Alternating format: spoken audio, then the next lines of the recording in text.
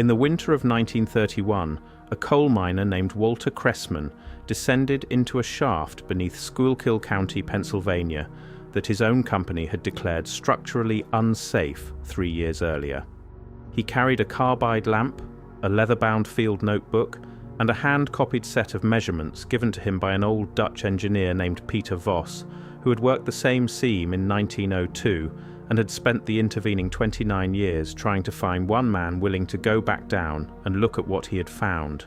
Cresman was 51 years old. He had been underground for 33 years. He knew the difference between a shaft that was unsafe and a shaft that had been made to appear unsafe. He went down anyway. He did not come back up for 19 hours. When he did, the two men waiting at the surface said he walked past them without speaking, sat down in the snow with his back against a pine tree, and did not move for a long time. When they asked him what he had found, he said only this: "The last beam is not ours. What is past, it never was."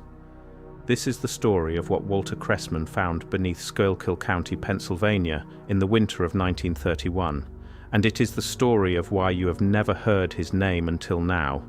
If you have spent any time on this channel, you already know that the official history of what lies beneath the American ground is incomplete in ways that the people responsible for maintaining it have never been willing to explain.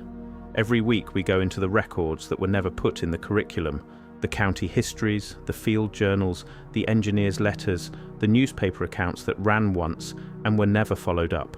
If that kind of investigation matters to you, subscribe now and hit the bell, because the algorithm does not favor this kind of content, and the only way it finds you is if you tell it to. Walter Cresman was born in 1880 in Pottsville, Pennsylvania, the seat of Schuylkill County and the center of one of the richest anthracite coal regions in the world. His father worked the Reading Coal and Iron Company seams.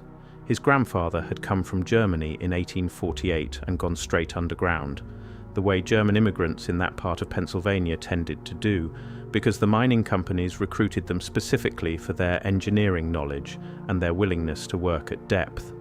By the time Walter was 18, he had inherited 3 generations of underground instinct. He could read a seam by the sound the wall made when he pressed his palm against it. He could tell by the temperature of the air whether a pocket of gas was close or distant. He knew what a naturally collapsed shaft felt like, and he knew what a deliberately sealed one felt like. They do not feel the same. The shaft in question was designated number 14 on the Reading Coal and Iron Company's operational maps.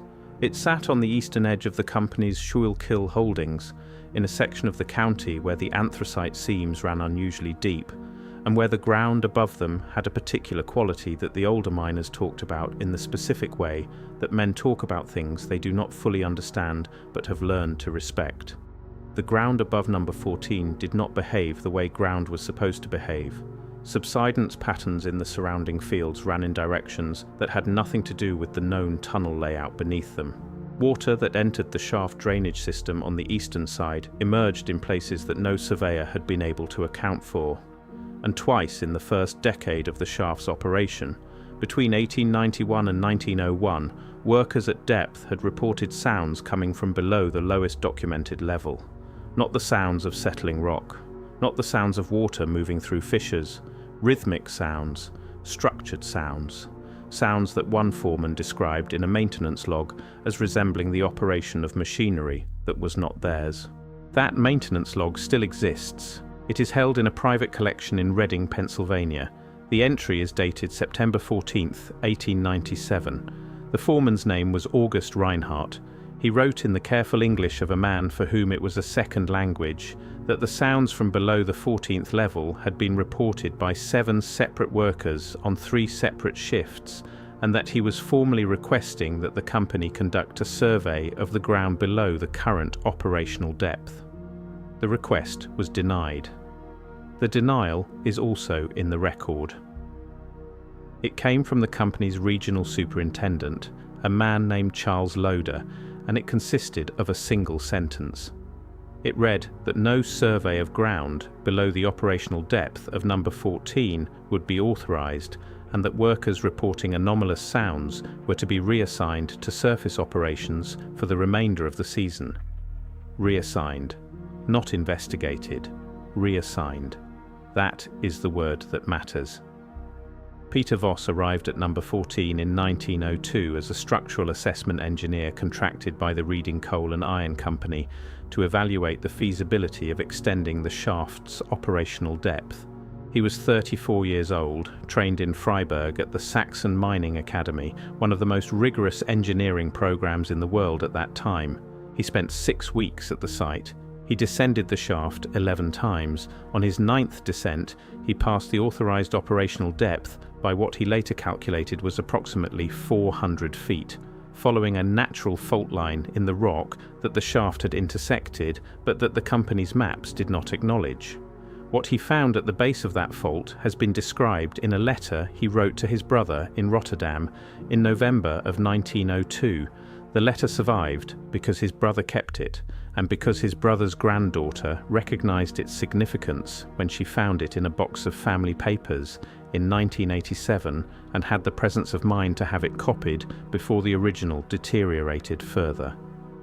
Portions of that letter have circulated among independent researchers of suppressed industrial history for the past 30 years.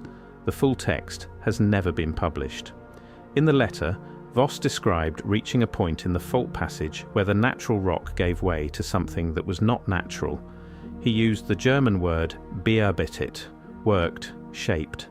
The walls of the passage at that depth had been worked by something, not by the Reading Coal and Iron Company, not by any mining operation he had knowledge of. The working was old. He could tell by the degree of mineral deposit on the cut surfaces, a process he understood from his training that accumulates at measurable rates under stable underground conditions. His estimate, written carefully with the qualifications of a trained engineer, was that the cutting of those walls had taken place no less than several centuries before his visit, and possibly considerably longer. The passage did not end, it widened. He did not follow it to its end. He had been underground for 9 hours, and his lamp was running low, and he was, by his own admission in the letter, frightened in a way he had not been frightened since he was a child. He came back up. He wrote his assessment report for the Reading Coal and Iron Company. The report made no mention of the fault passage or what he had found at its base. He was a contracted engineer with a family in Rotterdam. He wrote what the company needed him to write, but he wrote the letter to his brother, and he spent the next 29 years looking for someone to go back down. Walter Cresman met Peter Voss in the autumn of 1930 at a boarding house in Pottsville, where Voss had taken a room while trying, one final time, to interest someone with underground experience in the number 14 fault. Voss was 62. He was in poor health. He had made the trip from Rotterdam at considerable personal expense because he had read a piece in a Pennsylvania mining journal about Cresman's reputation as one of the most experienced deep-shaft men in the anthracite region, and because he had run out of time to be patient. Number 14 had been officially closed in 1928. The company's stated reason was depleted seam viability. The shaft had been sealed with a poured concrete cap and a chain-link enclosure, and a sign that said authorized personnel only in 3 languages. Voss gave Cresman the hand-copied measurements from his 1902 descent. The two men talked for 4 hours. Cresman asked questions the way experienced miners ask questions, specific, technical, without drama. When Voss was finished, Cresman sat quietly for a moment and then said that he wanted to think about it. 3 months later, in January of 1931, he sent Voss a postcard with 2 words on it: going down. The descent took place on the night of January 22nd, 1931. Cresman had arranged for 2 younger miners, brothers named Thomas and Roy Kepler, to wait at the surface with a rope line and a field telephone. He had cut the concrete cap himself over the preceding 2 nights, using equipment he had borrowed without explanation from a friend who ran a quarry outside Minersville. Voss was not there. He had returned to Rotterdam in December and would die of pneumonia in February, never knowing what Cresman had found. The first 800 feet were familiar. Cresman had worked adjacent seams for 3 decades. The anthracite walls, the timber supports, the smell of old damp and coal dust, and the particular cold that underground air carries even when the rock itself is warm. He counted the support beams as he descended. Each one was numbered in faded paint, the way the old Reading Coal and Iron Company had numbered them, a practice that went back to the 1880s. At beam 18, the field telephone to the surface went to static. He kept going. At beam 22, following Voss's hand-copied measurements, he found the fault. It was exactly where Voss had said it would be. A lateral passage opening in the eastern wall, roughly 4 feet wide and 6 feet tall, its edges sharp in the way that natural fissures are not sharp. He turned sideways and went in. The passage ran for what he estimated as 300 feet before the character of the walls changed. He stopped. He held his lamp close to the surface and looked at what he was seeing. The rock had been cut. Not blasted, not broken, cut, in long, smooth strokes that followed the natural grain of the stone the way a craftsman follows the grain of wood. The cuts were old. The mineral deposit on the surfaces was thick, and even in the way that Voss had described in his letter, the accumulation of decades or centuries of stable underground chemistry, undisturbed by any recent working. Cresman ran his hand along the wall. He wrote in his field notebook, which he kept throughout the descent, that the passage felt intentional in the way that a hallway feels intentional, as opposed to the way a mine tunnel feels intentional. There is a difference, he wrote, between a space made to extract something and a space made to move through. This was made to move through. He followed it for another 100 feet. The passage opened into a wider space. Not a chamber, not yet, but a junction, where 3 additional passages branched off at angles that were not random. The angles were precise. The 3 passages were spaced at intervals that Cresman, who had spent his working life in engineered underground spaces, immediately recognized as deliberate. He stood at the junction for a long time. He chose the central passage. It descended at a gentle grade, and the walls, as he moved deeper, became smoother, the cut marks giving way to surfaces that had been finished in some way he could not identify. Not polished exactly, but refined, the way a surface is refined when it has been worked repeatedly over a long period of time toward a specific quality. At what he estimated was roughly 1,200 feet below the surface, he entered the chamber. He described it in his field notebook in the careful plain language of a man trained to observe and record without embellishment. Circular, he wrote, 40 feet across, perhaps more, ceiling approximately 20 feet at its highest point.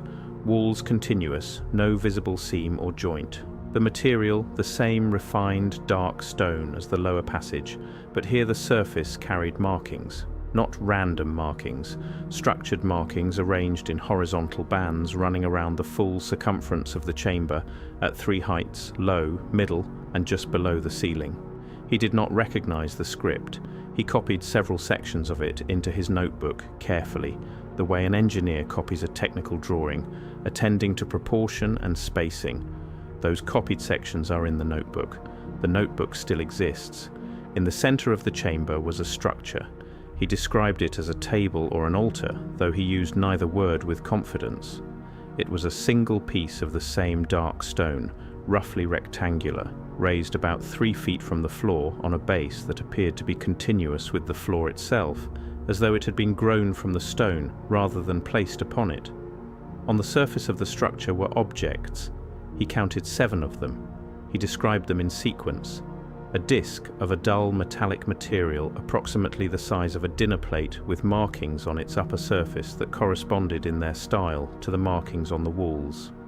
A cylinder of the same material, closed at both ends, approximately 18 inches long, that was warm to the touch, in a way that had nothing to do with the ambient temperature of the chamber. 3 smaller objects he could only describe as forms, shapes that suggested function without revealing it, the way a tool from an unfamiliar trade suggests use without declaring it. And 2 objects he did not describe in detail. He wrote only that he looked at them for a long time and then looked away and did not look back. He spent what he estimated as 2 hours in the chamber. He copied the wall markings. He measured the dimensions with the folding rule he carried. He did not remove any of the objects from the structure. He wrote in the notebook that removing them felt wrong in a way that was not superstition, but something closer to the instinct that tells an experienced miner not to touch a wall that is under stress. The chamber did not feel empty. That was the phrase he used. The chamber did not feel empty. He climbed back out. When Thomas and Roy Kepler pulled him up through the shaft cap opening at the surface, 19 hours after he had gone down, the first thing they noticed was that he was moving slowly, not injured slowly, carefully, slowly, the way a man moves when he is carrying something fragile, though his hands were empty. He sat against the pine tree. He said what he said about the last beam. Then he opened his field notebook and wrote for 40 minutes without stopping while Thomas built a fire and Roy stood at the edge of the tree line watching the road. Cresman showed the notebook to 3 people in the weeks that followed. A retired mine surveyor in Pottsville named George Helf, who had worked number 14 in the 1890s. A Lutheran minister in Schuylkill Haven named Brandt, who had some knowledge of ancient languages and who looked at the copied markings for a long time without speaking before saying that they did not match anything in his experience, but that their arrangement suggested a system, a grammar, something meant to convey ordered meaning rather than decoration. And a journalist at the Pottsville Republican named Edmund Farr, who listened to the full account and told Cresman he would need physical evidence before he could print a word of it. Cresman understood. He was planning to go back down. He intended to bring one of the objects from the central structure, the metallic disc, which seemed to him the most portable and the most documentable. He never went back. In March of 1931, 6 weeks after his descent, the Reading Coal and Iron Company, which had officially ceased operations in the Schuylkill holdings 3 years earlier, sent a crew to number 14. The concrete cap was re-poured. A second enclosure was built around the shaft head. The company's legal representatives contacted Cresman directly and informed him that his entry into the sealed shaft constituted criminal trespass and that any public statements regarding what he claimed to have found would be met with litigation. He was 61 years old. He had no money for lawyers. He went quiet. George Helf died in 1934. The minister Brandt relocated to Ohio in 1932 and died there in 1941. Edmund Farr left the Pottsville Republican in 1933, and no record of his subsequent employment has been found. Walter Cresman died in 1947 in a boarding house in Pottsville, the same city where he was born. He is buried in the Charles Baber Cemetery. His grave has no marker beyond a flat stone with his name and the years. The field notebook passed to a niece who kept it without knowing its significance until her own death in 1979, when it passed to an estate sale, where it was purchased for 30 cents by a man who collected old mining equipment and paperwork. That man is still alive. He has allowed selected researchers to examine the notebook. He has not allowed it to be photographed in full. The copied wall markings have been seen by 4 people outside his household. None of them have been able to identify the script. One of them, a retired classics professor from Lehigh University, said that the organizational structure of the markings was consistent with a writing system of considerable sophistication, and that their presence at that depth in that location was, and this is his word, inexplicable within any framework he had been trained to apply. But number 14 is still sealed. The shaft head is still there, overgrown now, the chain link enclosure rusted to the color of old blood, the concrete cap cracked at its edges by decades of freeze and thaw. The land above it has changed hands 4 times since 1931. The current owner is a holding company registered in Delaware. The holding company has no public-facing operations. It holds the land, and it holds nothing else that anyone has been able to find. What Walter Cresman found past the last beam in the winter of 1931 was a space that should not exist beneath a Pennsylvania coal county.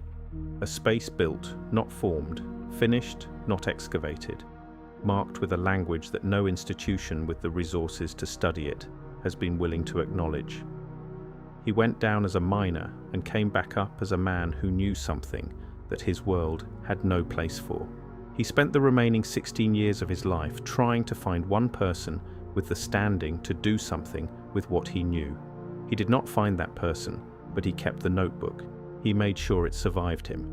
He understood in the way that working people who have been ignored by institutions for their entire lives understand. that the only weapon available to him was the record itself, that if the record survived long enough, eventually someone would know what to do with it. The notebook is 30 cents worth of evidence sitting in a private house in eastern Pennsylvania. The shaft is sealed under cracked concrete and rust. The chamber is where it was in 1931, and where it was before that, further back than any date we have been given for the history of what this ground contains. The last beam is not ours. What is past, it never was. Walter Cresman said that in the snow on the morning of January 23, 1931. He spent the rest of his life knowing exactly what he meant. Now you know too.